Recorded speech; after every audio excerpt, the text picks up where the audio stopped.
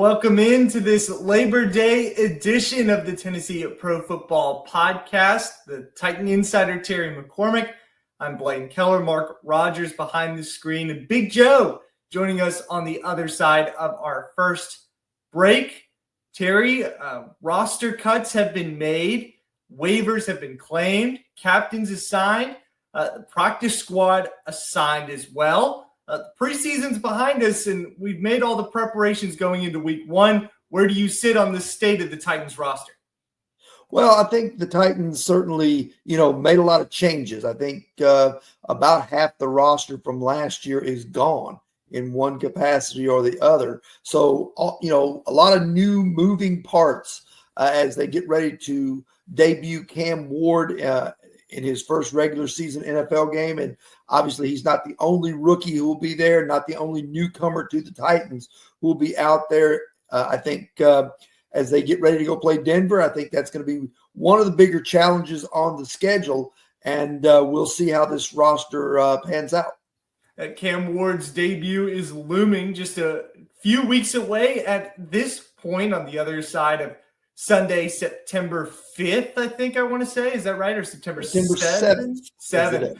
Shame on me for not knowing my days. We're going to talk with Joe Dubin on the other side of this break. But first, let me tell you about our friends at Circus Sports in the Mint Gaming Hall, the largest sports book in Kentucky, now open for business at the Mint in Franklin, Kentucky. Be sure to check them out.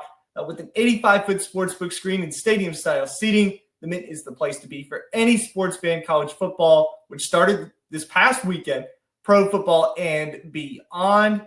The Mint and Circus Sports are proud sponsors of the Tennessee Pro Football Podcast, located just north of Nashville off I-65 North and exit 121. Joe Dubin will be with us when we come back on the Tennessee Pro Football Podcast.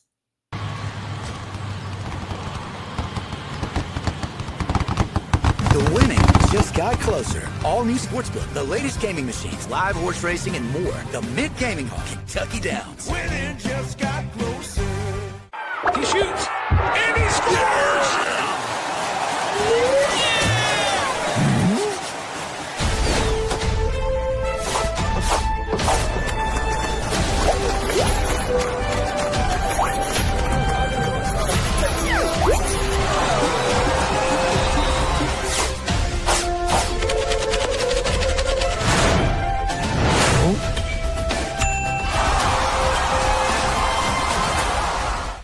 At Delta Dental of Tennessee, we know our success begins and ends with providing superior quality service, and that includes serving those who need it most. This year, we're celebrating 25 years of giving back to the community we call home. Delta Dental, along with our Smile 180 Foundation, supports Tennessee's dental colleges and oral health education, children's hospitals, free and reduced cost dental clinics, and other like-minded charities. Here's to the next 25 plus years of ensuring healthy smiles. Deep in a forest at Nashville Zoo, new creatures here for you to view. Phantoms graced in black and white swing high in trees of dappled light. In rocky crags, tall and steep, small antelopes with nimble feet. A wise old man with beard of white, a sentry perched on stony height. Amidst it all, a hunter lies, with coat of gold and steely eyes. A new adventure just for you. Leopard Forest at Nashville Zoo. Open now. Welcome to the Omni Nashville Hotel. Urban elegance with a vintage touch.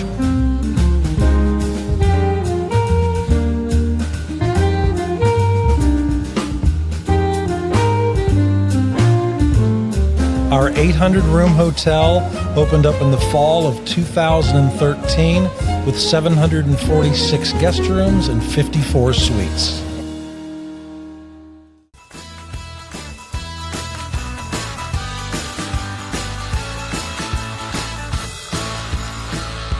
Now making his Tennessee Pro Football Podcast debut and his Main Street Media television return, it's 102.5 The Game's Joe Dubin. Big Joe joining us today. Joe, welcome back. What's happening, guys? Thank you for the opportunity to get on here and talk to you guys. Proud of what you guys have kept going over at Main Street Media, so it's really cool. Blaine, it was good to see you last Friday night. I love what you do for high school football because, I'm a big high school football fan. So I follow you, and I'll admit I steal some of your highlights when I can, so thank you. Joe, thanks for coming on, buddy. I really appreciate it, and thanks for having me on the show with you and Chase McCabe the other day to talk about the Titans roster cuts and all. We had you on today because if you follow Joe on Facebook, I'll just say it this way, Mike Organ and Nick Barris were not available today. Plus, it's National Jimmy Buffett Day, so can it get any better than today? I don't think so. Oh, I know. There you go. All right, I'm going to throw this out at you because you kind of take the fans' perspective when it comes to the Titans and sports in general, and I think a lot of people identify with that. Short of just the short answer of just win games, what do the Tennessee Titans have to do to make this team interesting and appealing and fill Nissan Stadium again so that it's not filled with Vikings or Packers or Chiefs fans? Well, I think the thing is, I didn't mean to cut you off, is that it's always going to be that way. It's always going to be filled with opposing. It's just the way it is. I mean, it's going to be Vikings, Steelers, Packers, Cowboys. It's the way it is. But I've searched that question before about what can they do, get out in the community. It's winning. All we care about is winning. And the problem now, guys, is apathy has become so strong with this fan base and with everything that goes on with this franchise that it's tough to get past that. You have to win games. And I think that's why they took Cam Ward. It's like, we got some excitement here. Let's see what he can do. He's supposed to be really good. Everybody says he's good. Let's go out and win some games. They'll build around him. You look at what they've drafted the last 3 or 4 years, just awful. I mean, it's awful. Terry, your question the other day to Borgonzi about the 23 draft was perfect, was a perfect question because there's one guy left on the team, and that's Skoronski. The others, Spears and Levis are an IR, but that's how bad it's gotten. So I think you've got to start winning games. And I'm going to give you a little ray of sunshine. All you got to do is be better than 3 other teams, not 31 other teams, just 3. The Texans, the Colts, and the Jags. If you're better than those 3, get in the playoffs. Anything can happen. I hate hearing people like, well, if you don't get in the playoffs, you lose first game, you miss a draft choice. What's the purpose of playing football, right? Is to win. You're not going to tank anything. So you just got to be better than the Colts, the Texans, and the Jags and get in. Who says they're not? The Colts are terrible. The Jags are terrible. The Texans aren't that much better overall than the Titans. There's a few players they got that are better than the Titans players, but anything could happen. So I think you have to start winning games. That's the bottom line, and then people will follow. We've seen that stadium. Terry, even go back to when McNair and Eddie George played. When you win games, that stadium is loud, and people are just wanting a winning team. I don't know if it happens this year or not, but we'll have to wait and see what goes on. And what expectations with that would you put on Cam Ward in regards to winning? Well, you look at history of rookie quarterbacks that have started. The problem is we all got drunk off Jaden Daniels last year. Like, oh, look at this. It could happen. C.J. Stroud did it pretty well in 23. But then you go back and look at Bryce Young and Jamarcus Russell, Peyton Manning, Troy Aikman, Ryan Leaf, Joey Harrington, Akili Smith.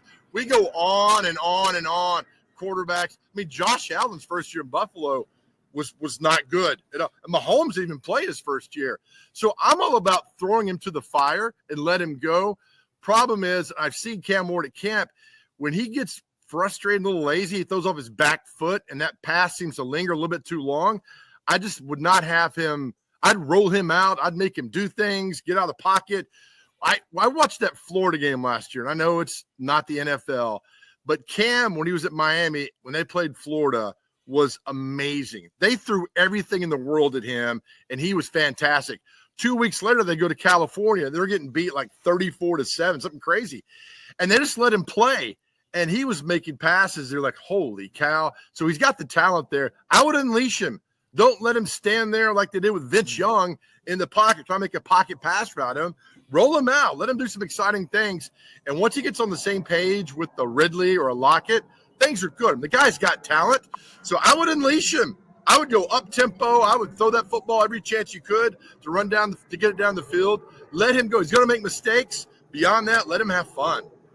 Yeah, Joe, one of the things too, as we get into the Cam Ward era, do you trust the Titans organization not to screw him up the way that they tried to make Vince Young a pocket passer, that they kept switching coaches and coordinators on Jake Locker, same thing to Marcus Mariota, same thing to Will Levis? By constantly being in flux, the quarterback could never settle in, get comfortable with one coach and one system long enough because the Titans were never patient enough to let it play out. Do you trust them to stick with Brian Callahan through this process to let him see what he can do with Cam Ward? Not at all, because if they lose to Denver badly and they come back and they got the Rams and the Colts and they're on the road for a little bit, if they come back and Vrabel lays a whooping on them and they're I think they'll be 1-6 at that time, he's gone. I mean, the discussion that Amy, the rumor that she was thinking about replacing Callahan back in February, I mean, you don't do that if your coach is going to be there long term. And I think Borgonzi, I mean, they want to bring in their own guys, Think about Borgonzi is they had Patrick Mahomes in Kansas City, right? So you struck gold with that. And there's a few other pieces they've added in there. I don't know how much input he had and all that went on, but he knows what it takes to win. I mean, is Cam Ward his Patrick Mahomes? I sure hope so. But I think it's the ever cycle of doing that. And I think if they fire Callahan, they start again next year, bring somebody else in. Here we go again. It's kind of like the same old train, man, coming to the station. What's going to happen? What are they going to do? That's why, guys, that Denver game is one of the most important football games in the Tennessee Titans history since they moved here in 97. It is so huge. You go out there and you beat Denver that day, it changes everything. You get beat by 40 points, it changes everything. So I think there's a comfortability there with Cam and Callahan. Another problem is he's got Callahan calls the plays. I don't know what the offensive coordinator, I got a problem with that guy because they call him offensive coordinator. He doesn't call any plays. I don't know what he does. He makes suggestions, I was told. I can make suggestions too from my couch, and I can make a whole lot less money. I can do that. Then you got a quarterback coach and Bo Hardigree. I mean, there's too many cooks in that kitchen for Cam Ward. Who are you listening to? I mean, they're confusing this guy already. So I just think if they go out and he can make it simple and play, and I'd love to see Callahan come back next year and ride this guy for the rest of his career. It's a lot easier. If not, we're doing the same conversation next August. It's terrible. Talking with Joe Dubin on the Tennessee Pro Football Podcast. And in line with all of that, especially the simple part, Joe, it's a simple question. As you told Chad Brinker and Mike Borgonzi at the start of training camp, this Titans roster that's now been cut down, if they take the field tomorrow, can that team win the Super Bowl? Look, I got so much grief for that. I mean, somebody shared that on one of the national podcasts, and they had like 500,000 views, and like, look at this clown and the stupid question he asked. Isn't that the goal? Isn't the goal to win the Super Bowl? I mean, the team you're going to put out there, that's your football team. Isn't that the goal to do that? And I thought, Brinker laughed at me, which is fine. Borgonzi's like, yeah, it is. We got a lot of work to do. That's an answer. Just give me an answer. Brinker could have said, look, we're going to fight like hell every single day. What's our goal to win the Super Bowl? But we need you with us, talking to the fans. We need you with us. Know that these guys are going to practice every day with the goal of winning the Super Bowl. We need you with us every time. He had a chance to give a rocky speech. What did he do? Just laughed it off. Borgonzi gave the more traditional, I'm a GM answer. But again, you get to the playoffs. You just got to be better than three other teams. They've got some foundational pieces. ESPN ranked their offensive line as number 4. Their defensive line, number 5, which is great. You build that line, which is we've seen in the last couple of years how terrible it is. Now, the receivers aren't bad. Tony Pollard's not bad. I think the tight end, I think Gunnar Helm's going to be a great player, but it's the linebackers and the defensive secondary. That's the real question. But you have some foundational pieces being built now in the offensive defensive line. You could win some games. You could do some damage this year. It all comes down to Cam Ward and how well he can execute. So win the Super Bowl, probably not. But if I'm on that team, that's all I think about is winning the Super Bowl. That's the goal, not to get to the playoffs, not to have a winning record, is to win the Super Bowl. I do not know why that is so hard for people to comprehend. Yeah, I mean, it really is kind of, they really kind of tempered expectations at the outset of this, at that initial press conference when they said, hey, we know this roster's got a lot of work to do. So, and when there was talk in training camp that, the team didn't have a lot of energy, that they were, kind of lackadaisical at times and didn't seem to really be firing on all cylinders. I wondered if some of that filtered down to the players just from what was said early on, that, hey, we're not expecting to be great. Let's ride it out and see, but I mean, it's like a high school coach. You don't want to come into the season. You want to come in preaching to your team that, yes, we've got work to do, but you don't want to tell them that, hey, we're going 2-8. Yeah, exactly. It's funny when talking to people, like when John Robinson got fired, somebody told me, well, the guys in the locker room don't care about that because they just want to go out and play football. Titans ended up losing 7 in a row after that, or whatever, 6 in a row. Yeah, they listen. When the player tells you he doesn't listen to the radio or read the paper or listen to the podcast, they are 100% lying. They listen to everything that's being said. They read everything that's out there. Don't say they don't. So when they hear your GM and whatever the operations guy laughing about it, and then that gets questioned over and over and over again, yeah, it affects you a little bit. You want to go out, maybe it's a motivational thing, but still, when your boss doesn't believe in you, I mean, come on, that's got to hurt you in some sort of way. But look, at the end of the day, you got to go out and play football, beat the guy in front of you, and win games, bottom line. All right, Joe, I'm going to put you on the spot here. You grew up here in the 70s and 80s just like I did, and at that time, having an NFL team in our backyard was a pipe dream. Right. But the Titans have now been here for, 27, 28 years, I think it is. And in that time, we've seen a lot of bad football over the last couple of seasons, but we've also seen a lot of memorable plays, excluding the Music City Miracle, which is going to be number one on everybody's list. Right. What do you feel like are the 5 most spectacular, most impressive plays in the history of this franchise since it got to Tennessee? All right, number 5 for me was the 99-yard drive, Vince Young versus the Cardinals in 2009. Finished that pass to Kenny Britt. And that drive, guys, we saw what could have been with Chris Johnson and Britt and Vince Young and a good offensive line, a pretty decent defense. I know they started 0-6 that year, but they rallied. You saw how good that could have been if the planets were aligned just right. And watching Vince on that drive hitting Britt was something. I mean, 99 yards to do that. Number 4 was one of my personal favorites because I was there and saw this when Vince Young ran the 55-yard play in overtime versus the Texans in 2006. When he returns to his hometown, everybody knows he should have been a Texan, and the game goes to overtime. And I will never forget when that path opened up. It was a drop back, and then everybody went to one side, and the path was clear. Watching him run down the field, I'm thinking, oh, my God, nobody on planet Earth could have caught Vince Young on that run. The press box went silent except for one guy who let out a loud GD, and that was with the Texans media staff. I'll never forget that. It was amazing. Number 3, this is not really a offensive play, but I'm telling you, it changed the trajectory of a football game and let them win. When Jonathan Cyprien laid out Travis Kelce in the 2017 playoff game in Kansas City, laid him out, I thought Kelce was done. I mean, helmet to helmet, yeah, it was a bad hit. I get that.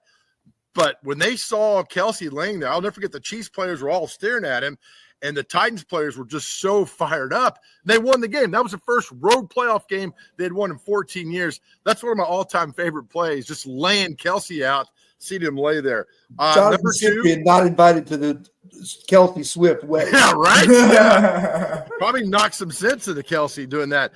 Number 2, I mean, the Derrick Henry run against Jacksonville on Thursday night. It was a terrible game, but just watching him go down the 99 yards, knowing in the back of our mind that was going to happen, waiting to see it happen.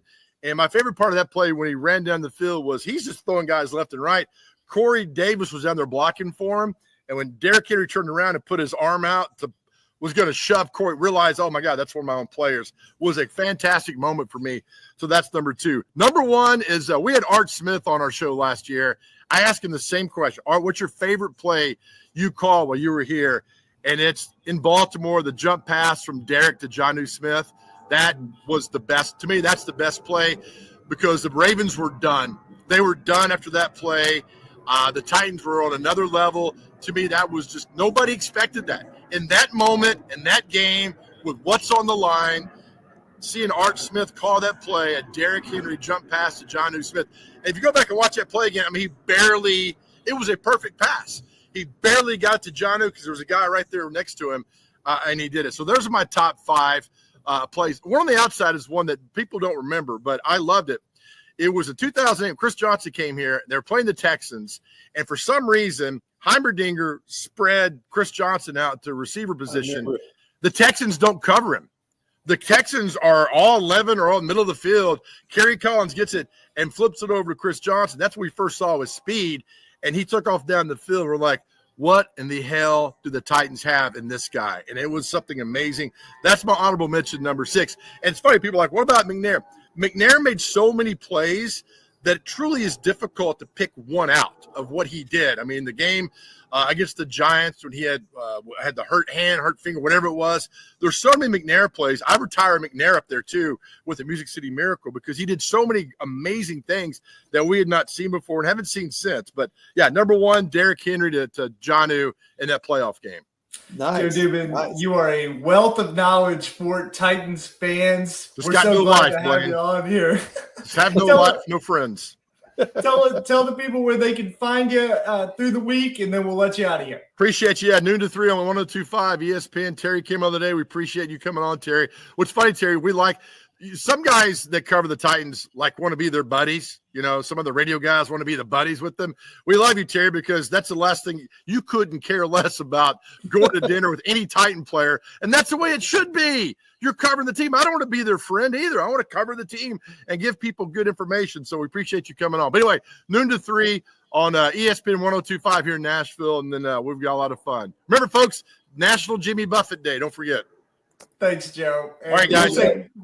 We'll take one more break here on the Tennessee Pro Football Podcast. When we come back, talk the state of the roster ahead of week 1 in Denver. We'll be right back.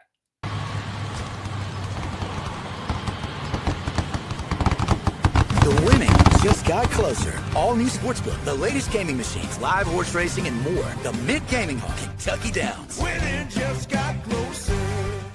He shoots, and he scores!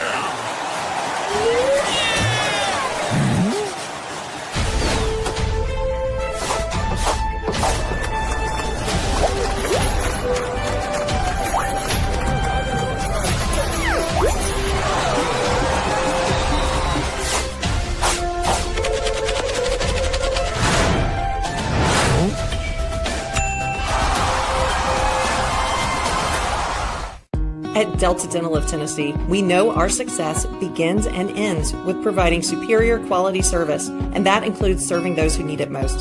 This year, we're celebrating 25 years of giving back to the community we call home. Delta Dental, along with our Smile 180 Foundation, supports Tennessee's dental colleges and oral health education, children's hospitals, free and reduced cost dental clinics, and other like-minded charities. Here's to the next 25 plus years of ensuring healthy smiles. If you want the latest in weather conditions, be sure to tune in to our Busy Bee Plumbing weather report each weekday on Mornings on Main Street. Brought to you, of course, by Busy Bee Plumbing, Heating and Air Conditioning. We will keep you updated on the latest conditions outside, like severe weather, heat, snow, rain, and even hail.